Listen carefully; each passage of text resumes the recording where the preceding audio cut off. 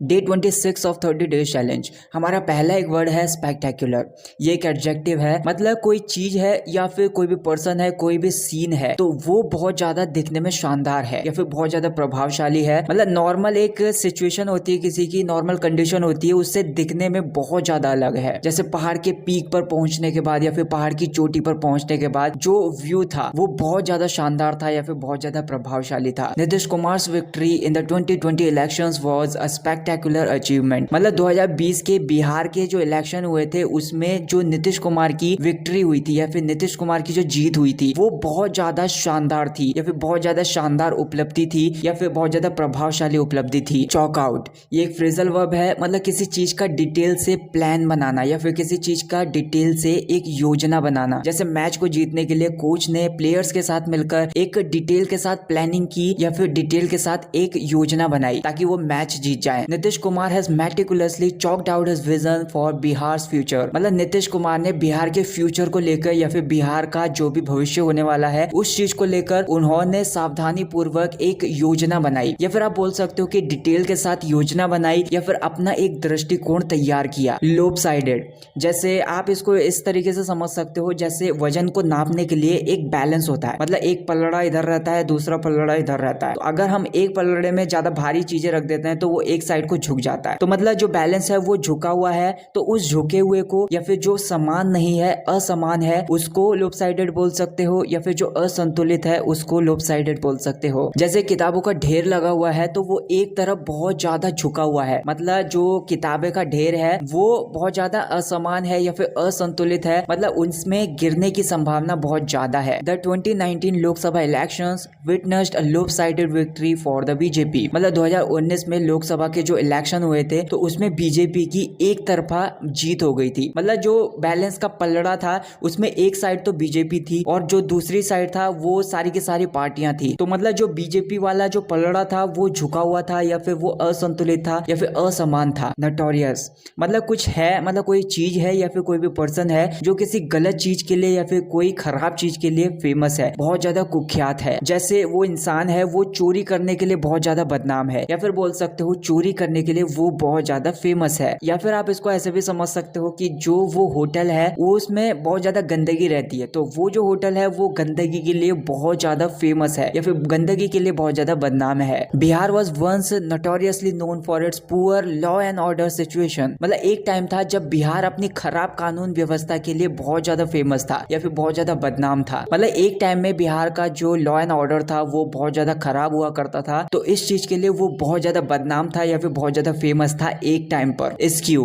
मतलब जैसे कोई भी चीज है तो उसको अपनी नॉर्मल पोजीशन से दूसरी पोजीशन में मोड़ देना या फिर उसको एक नई दिशा में मोड़ देना। जैसे एक घर की छत है तो उसकी साइड में एक स्लाइड स्क्यू है, तो मतलब जो छत है उसकी एक साइड में हल्का सा झुकाव है। The roof has a slide skew on one side, मतलब छत की एक साइड में हल्का सा मोड़ है या फिर हल्का सा झुकाव है। यहाँ पर ये जो वर्ड यूज किया जा रहा है इसको एज अ नाउन यूज किया जा रहा है। स्टेक, मतलब जैसे कोई चीज है तो उसमें हिस्सेदारी किसी की या फिर उसमें किसी की कोई रुचि बोल सकते हो। जैसे कोई भी कंपनी है उसमें किसी के हिस्से का एक मालिकाना हक है, मतलब उस पर्सन की उस कंपनी में कुछ ना कुछ हिस्सेदारी है। She has a 10% stake in the startup of business, मतलब बिजनेस के स्टार्टअप में उसकी 10% की हिस्सेदारी है, मतलब अगर प्रॉफिट होगा तो उसको 10% दिया जाएगा। रिलेंटलेस, मतलब कुछ है जो कि लगातार चलता रहता है, मतलब वो बिल्कुल भी ब्रेक नहीं लेता या फिर ऐसा बोल सकते हो बिना ब्रेक के वो आगे लगातार चलता रहता है, आगे बढ़ता रहता है। अविराम है, जैसे नदियां होती हैं, अगर वो एक बार चलना स्टार्ट कर देती हैं तो जब तक पानी खत्म नहीं होता वो चलती रहती हैं, वो आगे बढ़ती रहती हैं। जैसे रेगिस्तान में लगातार सूरज की जो रोशनी पड़ती है, सूरज की जो गर्मी पड़ती है, उसकी वजह से वहां की जो यात्रा होती है वो बहुत ज्यादा कठिन हो जाती है। तो यहाँ पर लगातार सूरज की गर्मी को एक रिलेंटलेस बोला गया है। The relentless rain battered the city for days causing floods, मतलब शहर में कई दिनों तक लगातार बारिश हुई, मतलब बिना रुके